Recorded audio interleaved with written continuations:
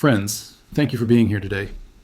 What if I told you that the most effective way to defeat a geopolitical bully is not to confront him in a trade war he started, but to simply render his leverage irrelevant by rewriting the map of global commerce? And could it be that the true safeguard of North American sovereignty in this turbulent century lies not in the frantic corridors of Washington, D.C., but in the quiet, decisive confidence of the royal palaces of Abu Dhabi? We are living through a moment of fracture, a singular point in history where the assumptions of the last half-century are being dismantled in real time. For decades, the economic heartbeat of Canada was synchronized with the United States. It was a relationship defined by proximity, shared culture, and an assumption of eternal friendship. But that era has ended. We are witnessing a divergence that few predicted, yet one that is reshaping the balance of power in the Western Hemisphere. The story of how this is happening is not being written in press briefings or angry tweets. It is being written in the high-stakes world of sovereign wealth and strategic infrastructure, led by a Canadian Prime Minister who has chosen to stop playing defense and start building a new economic architecture. This shift begins with a stark geopolitical catalyst: the failure of U.S. reliability. To understand why a Canadian leader is currently securing massive support from the United Arab Emirates, we must first confront the reality of the relationship with the United States. Under the administration of Donald Trump, the U.S. has ceased to be the guaranteed trading partner that Canadian economists relied upon for generations. We have moved from an era of cooperation to an era of unadulterated volatility. The implementation of aggressive tariffs, up to 35% on general products and a crushing 50% on steel and aluminum, was not merely a trade dispute. It was an act of economic warfare intended to bring a neighbor to its knees. The strategy from Washington was clear: apply maximum pressure, threaten the annexation of resources through rhetoric, and create a climate of such unpredictability that Ottawa would have no choice but to capitulate. The expectation in the White House was that Canada, faced with the potential collapse of its primary export market, would beg for mercy. They assumed that the geographic reality of the continent was a prison from which Canada could not escape. They believed that, by squeezing the supply chains and threatening the auto sector, they could force Mark Carney to accept any demand, no matter how humiliating, to keep the border open. They were wrong. Instead of scheduling emergency trips to Washington to negotiate surrender, the Canadian government initiated a strategic pivot that historians will likely cite as the moment the country truly matured. This was not a reactive scramble. It was the execution of a diversification strategy that had been quietly prepared for exactly this scenario. The goal set by the Carney administration was ambitious to the point of audacity: to double all non-American exports within 10 years. This was a declaration that the era of dependence was over. The objective was to cut reliance on the United States by 50%, effectively insulating the Canadian economy from the whims of any future American president. This shift represents a fundamental change in global trade philosophy. For years, the West has operated under the concept of friendshoring, trading primarily with ideological allies and neighbors. But when your closest neighbor and oldest ally begins to weaponize trade against you, friend, shoring becomes a liability. Canada has essentially pioneered a move toward anyone shoring. This is a pragmatic, realist approach where trade partners are chosen not based on geographic proximity or sentimental history, but on stability, capital availability, and mutual respect for sovereignty. It is this desperate need for stability that turned Ottawa, or more-esque gaze, away from the chaotic maneuvering of Washington and toward the Gulf. This brings us to a historic milestone, breaking a 42-year silence. The magnitude of this shift cannot be overstated. When Prime Minister Mark Carney boarded his government aircraft for Abu Dhabi, he was doing something no Canadian Prime Minister had done since Pierre Trudeau in 1983. Think about that for a moment. For 42 years, through the end of the Cold War, the rise of the internet, the war on terror, and the financial crisis, Canada had effectively ignored one of the most strategic regions on Earth in favor of an exclusive marriage with the American market. That 42-year silence ended the moment Carney touched down in the Emirates. But it was the nature of his arrival that signaled to the world that this was no ordinary diplomatic tour. In the world of high-level statecraft, protocol is a language of its own.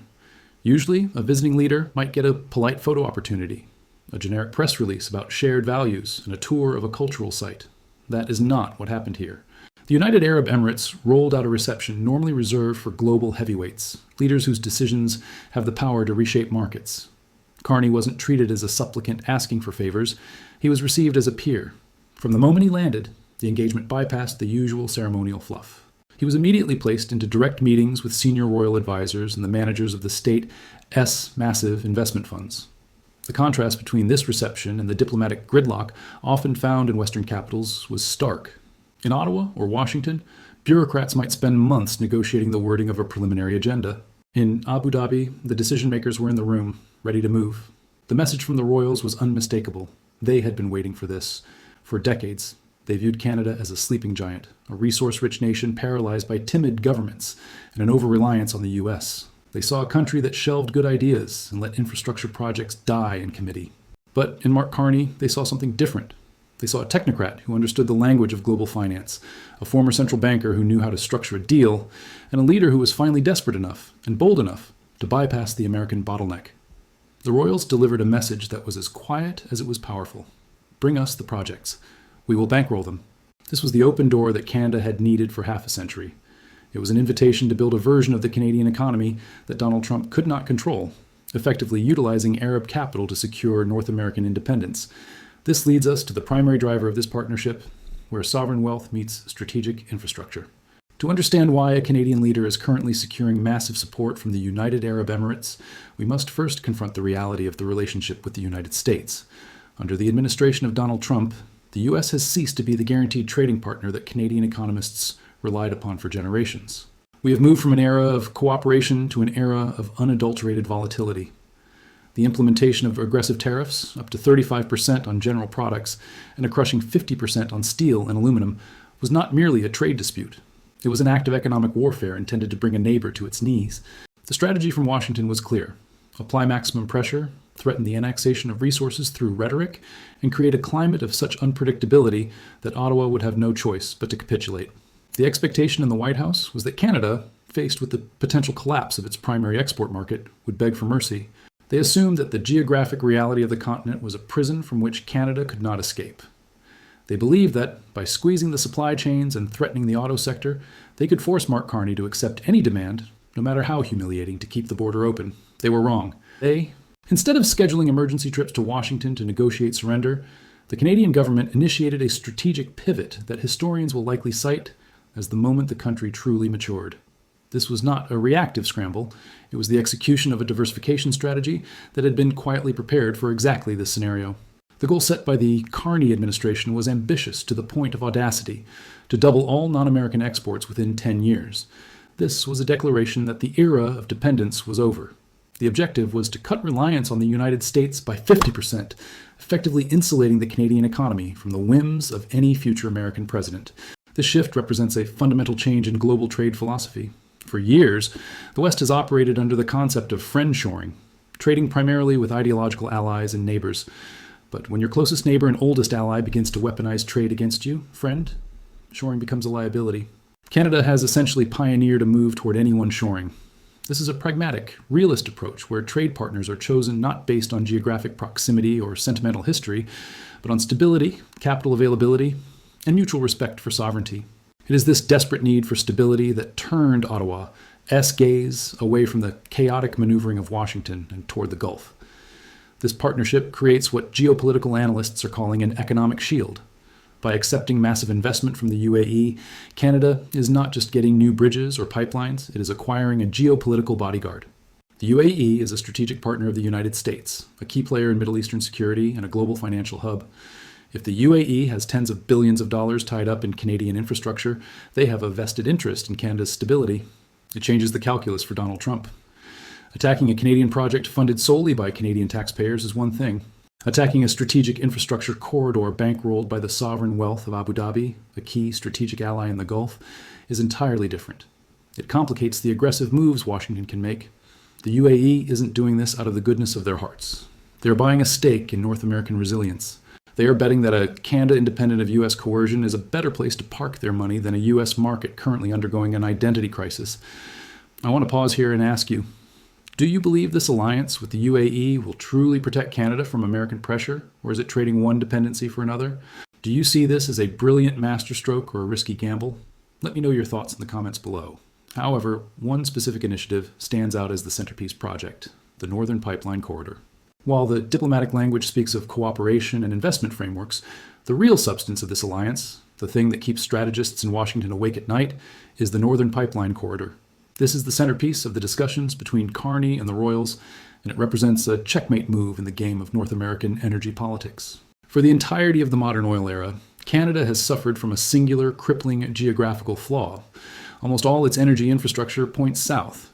Canada produces vast amounts of energy, but to sell it to the world, much of it has to flow through the United States or relies on American logistics. This creates a monopsony, a market with only one buyer. The US can dictate the price of Canadian oil because Canada has nowhere else to send it. This dependency is exactly the leverage Trump uses when he threatens tariffs. He knows Canada can't just turn the tap toward Europe or Asia overnight. The Northern Pipeline Corridor changes everything. The proposal is a massive energy infrastructure project extending to the northern coast of British Columbia. The strategic brilliance of this route is that it bypasses the United States entirely.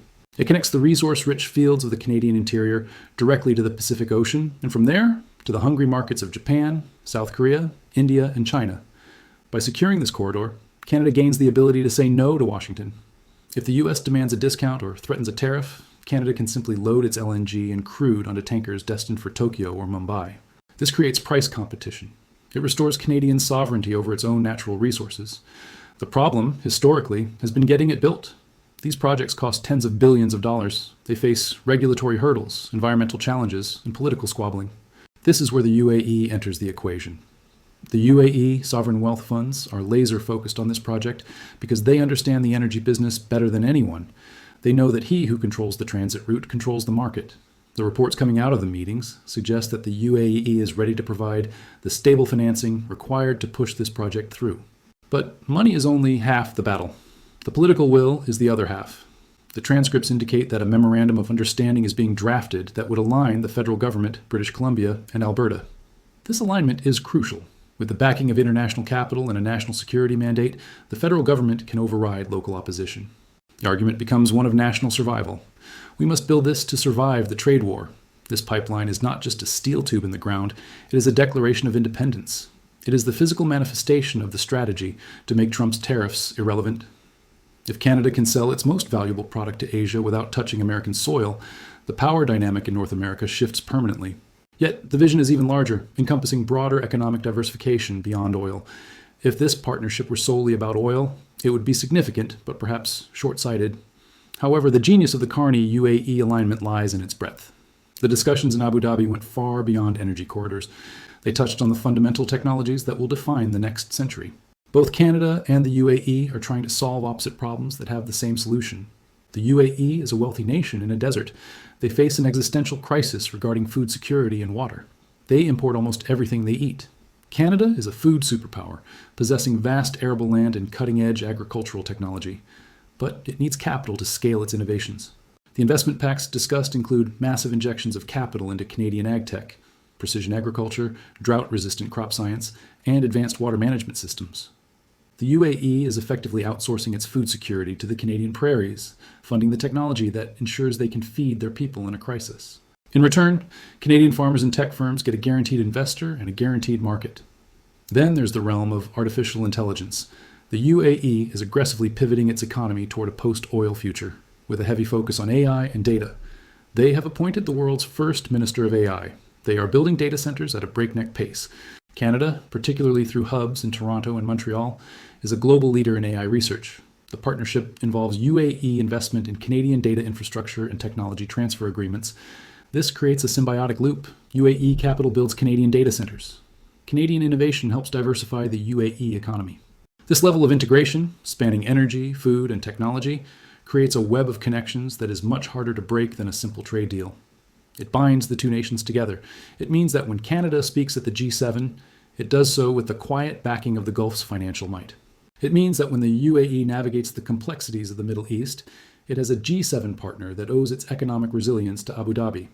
But to truly insulate the economy, the strategy must expand beyond the Gulf to the emerging giants of the global South. The brilliance of the current strategy is that Abu Dhabi is not the destination. It is merely the launch pad. What we are witnessing is a carefully choreographed diplomatic offensive that moves from the financial centers of the Gulf to the resource powerhouses of Africa.